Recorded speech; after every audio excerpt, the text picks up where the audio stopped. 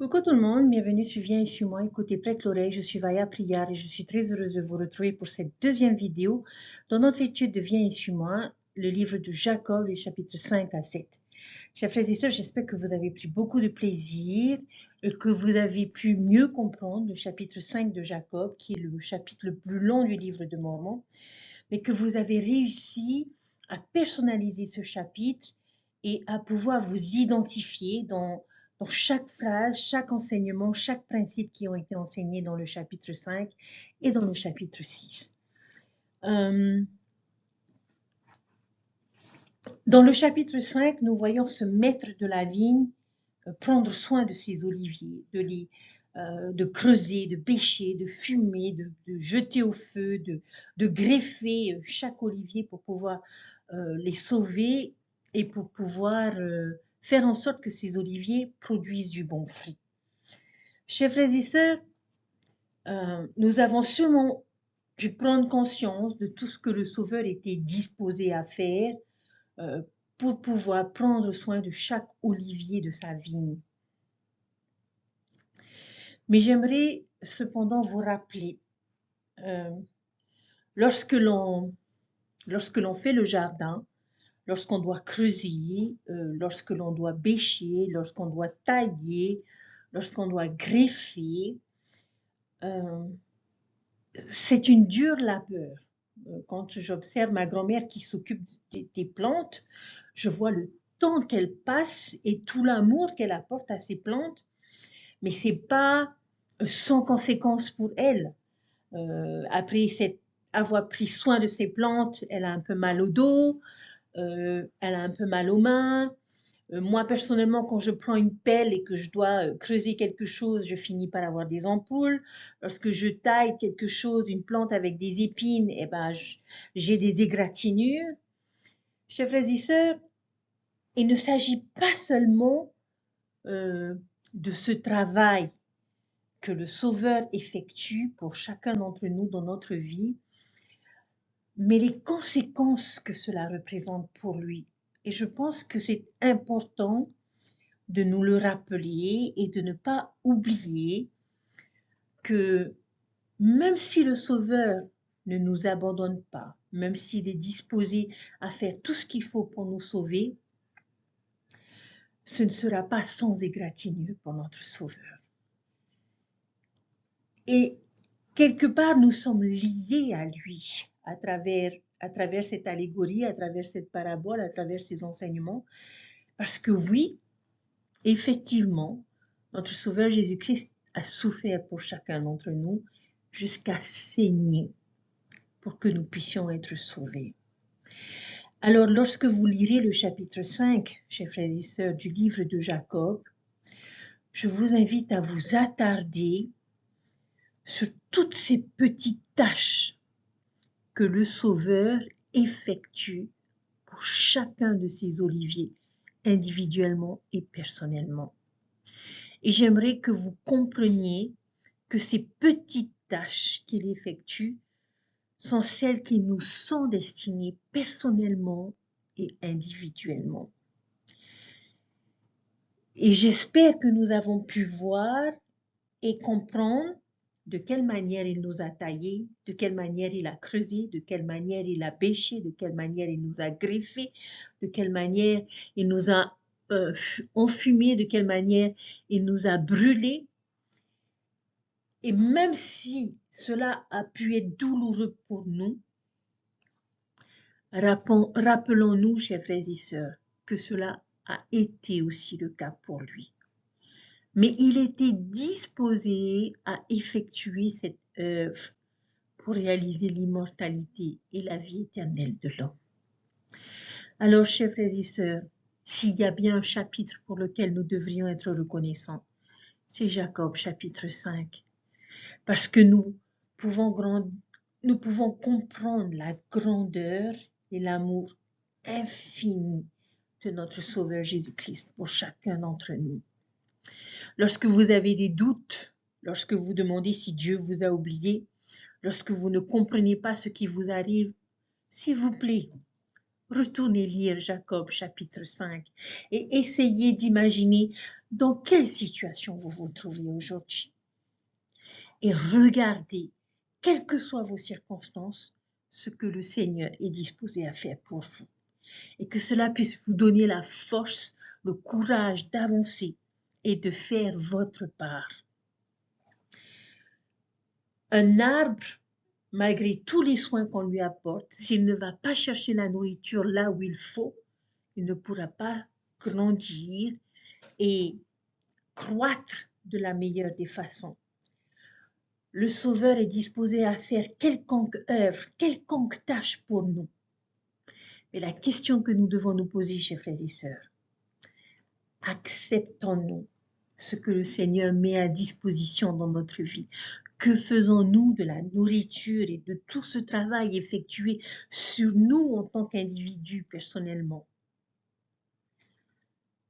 Et j'espère du fond du cœur que nous agirons de manière à ce que le Seigneur n'ait pas à dire, comme il l'a dit à plusieurs reprises dans le chapitre 5, « Cela me peine de voir mon olivier dépérir. » Chers frères et sœurs, nous sommes aimés par un Sauveur et un Père céleste d'un amour que nous ne pouvons pas comprendre. Ils agissent dans notre vie pour nous aider à devenir ce que nous sommes supposés devenir, à être ce que nous sommes supposés être et à produire les fruits qui nous permettront de nous réjouir pour toute l'éternité. Je vous invite à lire et à relire ce chapitre malgré la longueur de ce chapitre pour que individuellement et personnellement et avec l'aide de l'Esprit, vous puissiez comprendre la valeur que vous avez aux yeux du Sauveur et de notre Père céleste. Tout a été prévu, quel que soit le sol dans lequel nous nous trouvons, quelles que soient les circonstances de notre vie. Tout a été prévu et il œuvrera toute la journée pour sauver chacun d'entre nous. Ayons ce témoignage, chers frères et sœurs, et faisons notre part. Très bien, nous allons aujourd'hui passer au chapitre 7. Le chapitre 7 semble presque être une réflexion après coup pour Jacob. Il me semble qu'il avait d'abord voulu que le chapitre 6 marque la fin de son écriture. Il nous fait même ses adieux et termine par un Amen dans ce chapitre.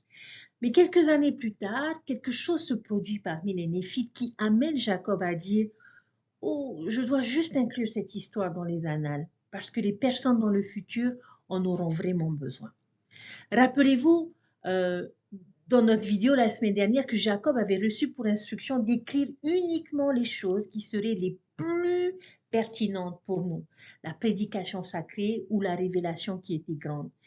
Les problèmes que nous avons examinés la semaine dernière étaient des problèmes sociétaux, plus généraux, mais ce dernier s'adresse spécifiquement aux membres de l'Église. Donc, après avoir lu cette histoire, dites-moi si vous pensez qu'elle est pertinente pour les membres de l'Église. Je vous laisse décider par vous-même. Alors, est-ce que quelqu'un a déjà vécu un tremblement de terre? J'imagine que ce doit être terrifiant de sentir ce grondement et ce tremblement sous nos pieds. Ce doit être déstabilisant. Et qu'est-ce qui rend les tremblements de terre si dangereux? Ou comment est-ce que les personnes meurent-ils généralement lors des tremblements de terre? Eh bien, ce n'est pas que la terre s'ouvre et engloutisse les personnes entières ou qu'ils tombent dans des fissures et qu'ils sont enterrés. Les tremblements de terre sont dangereux parce que les choses s'effondrent, basculent, peuvent s'effondrer sur nous lors de tremblements de terre. Si nous nous trouvions dans un champ ouvert lors d'un tremblement de terre, nous n'aurions probablement pas à nous inquiéter beaucoup. Nous pourrions même apprécier le paysage, même si nous sommes à l'intérieur ou dans une rue avec des bâtiments. Par contre, à ce moment-là, tout autour de nous, ce serait épouvantable et ce serait dangereux pour notre sécurité et pour nous-mêmes. Alors pourquoi est-ce que je vous parle de ça? Eh bien tout simplement parce que le chapitre 7, il y a un verset qui donne cette image d'un tremblement de terre dans les versets 1 à 6. Et la réponse se trouve particulièrement dans le verset 5 où il dit « Et il espérait m'ébranler dans ma foi ». Nous avons donc un type de différent de tremblement de terre qui se produit ici parmi les Néphites et ce tremblement de terre a un nom. Qu'est-ce qu'il y a dans le verset 1? Nous appellerons ce tremblement de terre Shérem. Shérem était un homme qui avait réussi à renverser la foi de nombreux Néphites de cette époque. Il était le premier antichrist du livre de Mormon.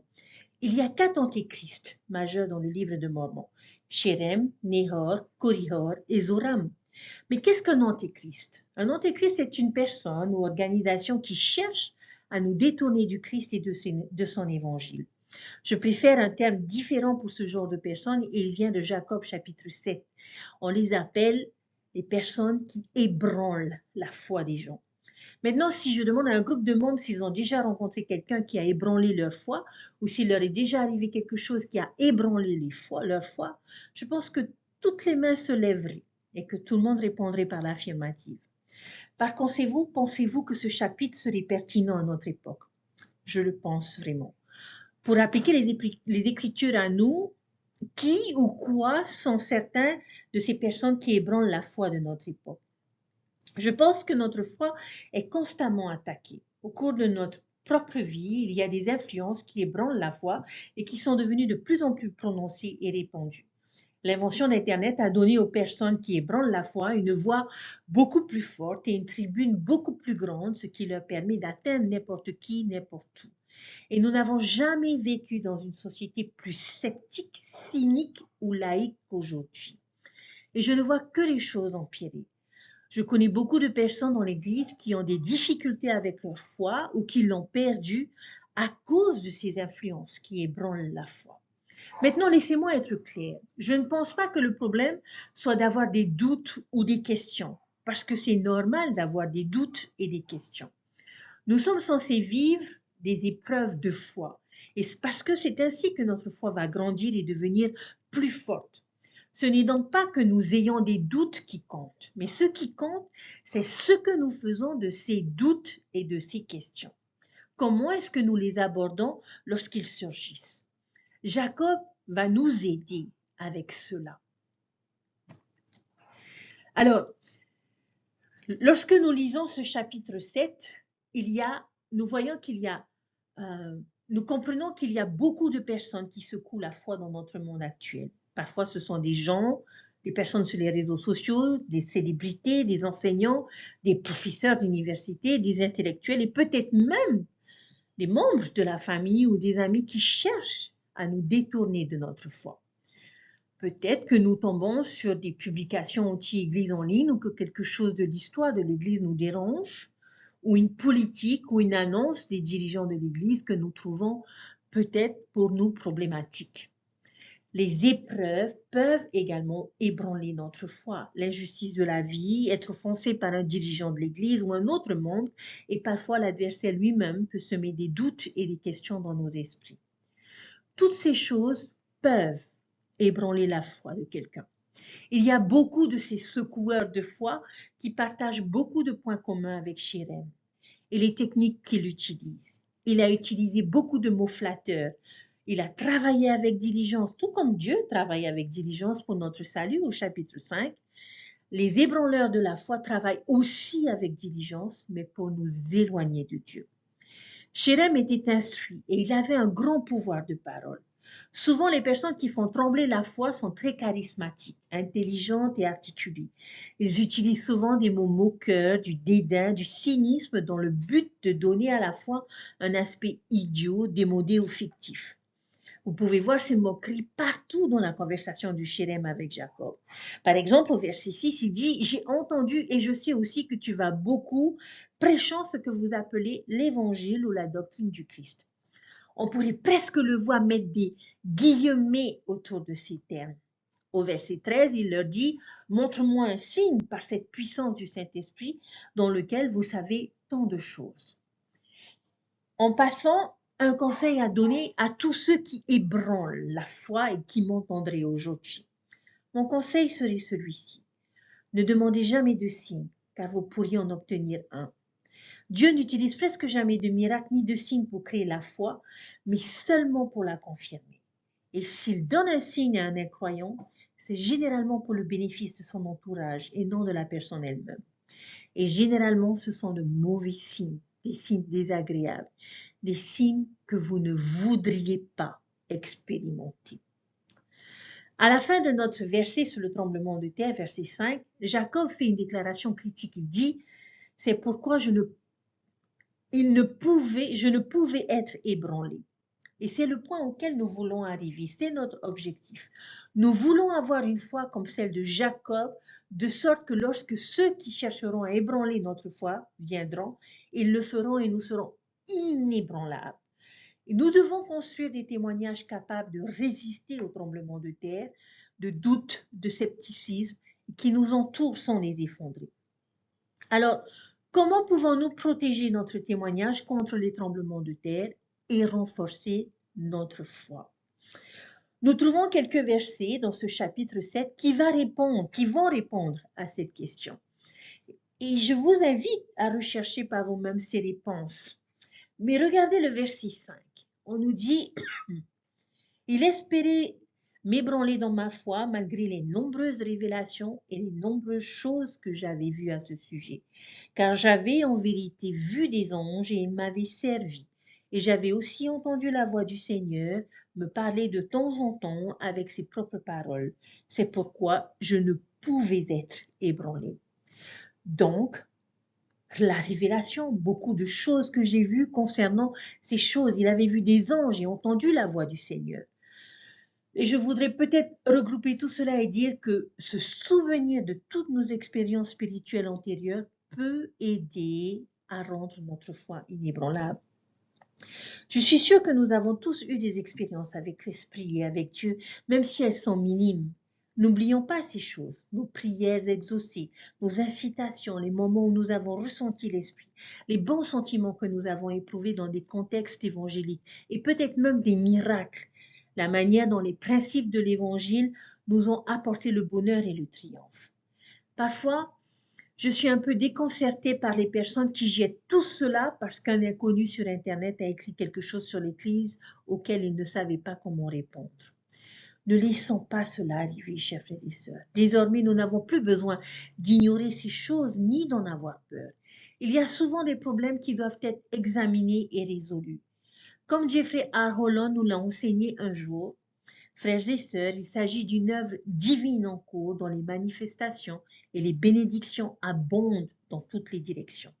Alors, s'il vous plaît, n'hyperventilez pas si de temps en temps surgissent des problèmes qui doivent être examinés, compris et résolus. Ils le font et ils le feront. Dans cette Église, ce que nous savons l'emportera toujours sur ce que nous ne savons pas. Et rappelez-vous que dans ce monde, tout le monde doit marcher par la foi. Fin de citation.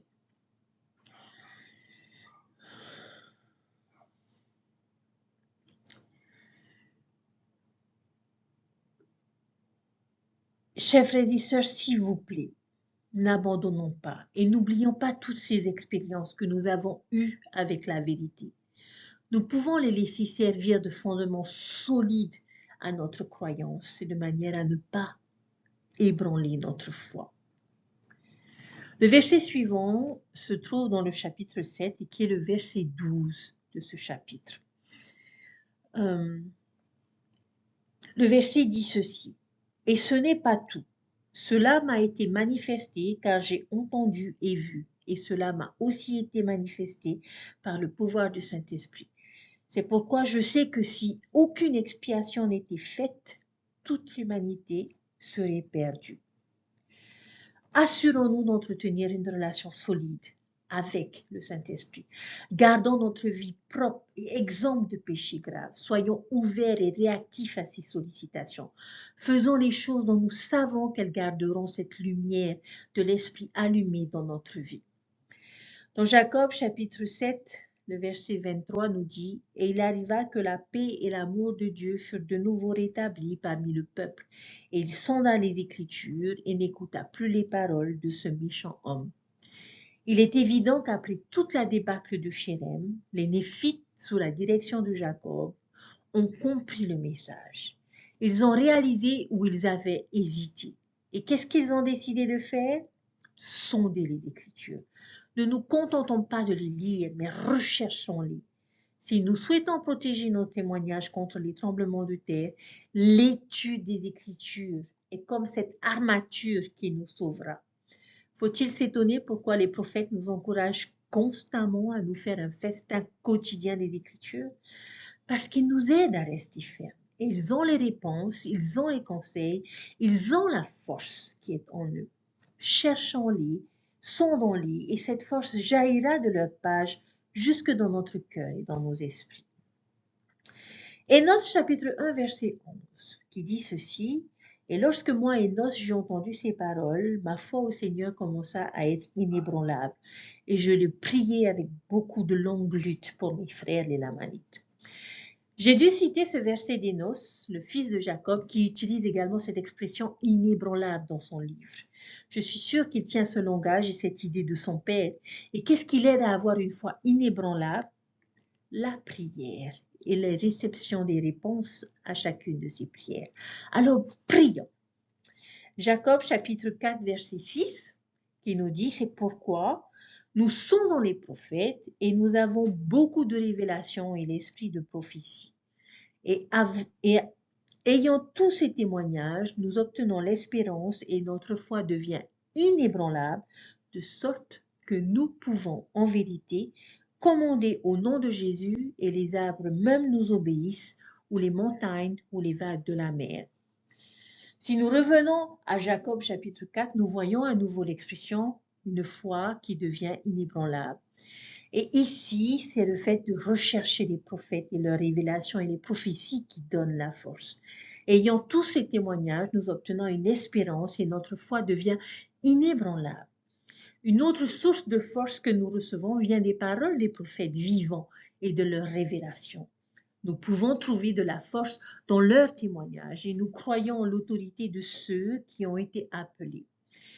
Donc, nous n'avons jamais vu Dieu ou Jésus-Christ, mais nous croyons en l'autorité de ceux qui disent l'avoir vu. Nous n'avons jamais reçu de révélation de la part de l'Église entière, mais nous croyons en l'autorité de ceux qui disent le faire. Et nous pouvons acquérir cette confiance en eux en examinant leur personnalité, leurs convictions, ce que leurs paroles nous font ressentir et les résultats que nous obtenons lorsque nous suivons le conseil. Je ne sais pas pour vous, mais lorsque j'entends les témoignages et les conseils d'hommes comme notre prophète Russell M. Nelson, Dallin H. Oaks, David Al-Bednar, mon préféré Jeffrey R. Holland, je n'ai pas l'impression qu'ils essayent de me tromper, de me contrôler ou de me manipuler. Je sais que ce sont des témoins sincères, humbles, puissants de notre Sauveur Jésus-Christ et de son évangile. Et lorsque je m'efforce de suivre leurs conseils, je suis davantage heureux et béni. Quel plus grand témoignage de leur appel divin ai-je besoin que cela? Ce sont des choses simples, n'est-ce pas? Lorsque nous regardons cette liste, ce sont des réponses primaires. Lire les Écritures, faire nos prières, suivre les prophètes, mais elles fonctionnent. Je ne crois pas qu'il y ait beaucoup de personnes qui perdront la foi s'ils font sincèrement ces choses de manière cohérente. Mais lorsque nous commençons à négliger notre étude des Écritures, lorsque nos prières deviennent routinières ou inexistantes, ou lorsque nous cessons d'écouter les prophètes ou ignorons leurs conseils, que notre foi commence à s'affaiblir et à se fissurer.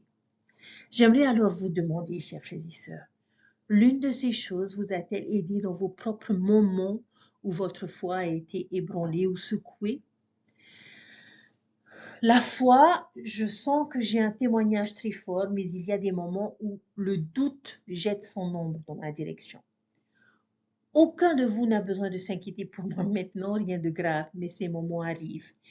Et pour moi, je constate que si je me plonge dans certains de dans les Écritures et particulièrement dans mes chapitres préférés,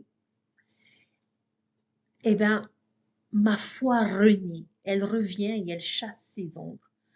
Pour moi, les Écritures ont toujours été mon plus grand point d'ancrage. Ils sont ma source préférée de protection contre les tremblements de terre spirituels. J'aime les Écritures et j'espère que vous aimez les Écritures.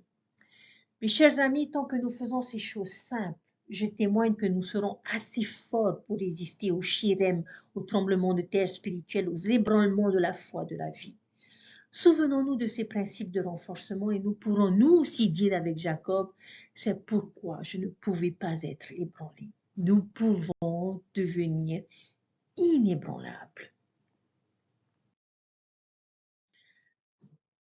Lorsque j'ai lu ces enseignements donnés par Jacob, je ne peux m'empêcher de les comparer aux enseignements de nos prophètes lors de la dernière conférence générale. Et vous savez quoi? Ils sont exactement les mêmes. Elder Holland nous a enseigné concernant la prière. Président Eyring nous a parlé de l'importance des alliances du temple dans les épreuves et défis de notre vie. Elder Suarez nous a parlé de la confiance que nous devons avoir en notre Sauveur Jésus-Christ. Elder Dushku nous a enseigné concernant notre témoignage, notre foi qui s'agrandit grâce à des rayons de lumière que Dieu nous envoie. Elder Bednar nous a enseigné concernant nos fondations spirituelles qui doivent être fondées sur notre Sauveur. Et je pourrais continuer cette liste indéfiniment. Chers frères et sœurs, il y a tellement d'enseignements qui ressemblent à ceux de Jacob, qui nous ont été donnés pour que notre foi en notre Sauveur ne soit pas ébranlée. Je nous invite à suivre les préceptes de Jacob et de nos prophètes d'aujourd'hui, de manière à ce que notre foi ne soit pas ébranlée et que nous puissions connaître la joie, l'assurance et pouvoir fortifier notre confiance en notre Sauveur Jésus-Christ. Lors de notre dernière conférence générale, en tout cas pour moi, 3 choses essentielles sont ressorties. La première, le temple et nos alliances du temple. Presque 3/4 de ceux qui sont intervenus ont parlé du temple et le président Nelson nous a rappelé également l'importance du temple, des alliances et des clés que nous avons aujourd'hui qui nous permettent de bénéficier de bénédictions et de voir les promesses du Seigneur faites à Abraham se réaliser dans notre vie. La deuxième chose, c'est l'importance de faire confiance au Seigneur. Et la troisième chose, ce sont toutes ces petites choses simples que sont la prière, la lecture des Écritures, l'étude de Viens et suis-moi. Toutes ces choses simples qui nous permettront de continuer d'avancer, quelles que soient les épreuves et les difficultés que nous rencontrons dans notre vie. Comme je vous le disais dans la première vidéo, ces chapitres ne pouvaient pas mieux tomber en conclusion de notre conférence générale. Et j'espère que vous avez été nourris, que vous vous êtes fait un festin, que vous continuez à vous faire un festin de ces choses, chers frères et sœurs. Nous sommes bénis, vraiment, vraiment bénis d'avoir le livre de Mormon dans notre vie et d'avoir ces écrits précieux pour nous enseigner, pour nous encourager, pour nous aider, pour nous rappeler. Et nous voyons que l'évangile du Seigneur est éternel. Parce que plus de 2000 ans plus tard, les enseignements sont toujours les mêmes. Le Seigneur n'a jamais changé. Ses enseignements sont éternels et seront toujours là pour nous aider à vivre dans cette condition mortelle, à faire notre épreuve de notre foi. Chers frères et sœurs, nous avons besoin de faire en sorte que notre foi soit fondée sur notre Sauveur Jésus-Christ. Nous avons besoin de faire ce qu'il faut aujourd'hui dans cette dernière dispensation, dans ce dernier travail dans la vigne du Seigneur, cette dernière période de la journée. Pour accepter le Sauveur dans notre vie, pour faire ce qu'il faut pour produire de bons fruits. Le Seigneur ne nous demande pas de choses extraordinaires. Il nous donne juste des clés, des moyens qui vont nous permettre d'aller chercher à la bonne source la force, la nourriture qui répondront à nos besoins spirituels et temporels. Chers frères et sœurs, Dieu nous aime.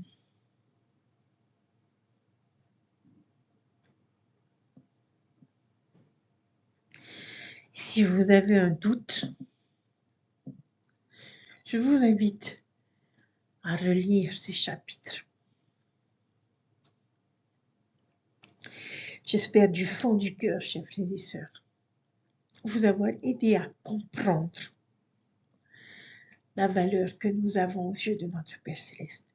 J'espère du fond du cœur vous avoir aidé à comprendre ce que nous devons faire pour rester cet olivier droit, ancré, avec des racines profondes dans l'évangile de notre Sauveur Jésus-Christ, et ne pas permettre aux tempêtes de la vie de nous ébranler. Chers frères et sœurs, cet évangile livré, nous sommes bénis de l'avoir. Et nous devons aider le Seigneur dans cette dernière heure de la journée à pouvoir sauver chacun des oliviers de sa vigne et à pouvoir nous réjouir ensemble des bons fruits produits par chacun d'entre nous. Levons-nous, sortons de notre zone de confort et proclamons ces choses parce que c'est ce que le Seigneur attend de nous. Aidons le Seigneur dans ses tâches à pouvoir sauver chaque arbre.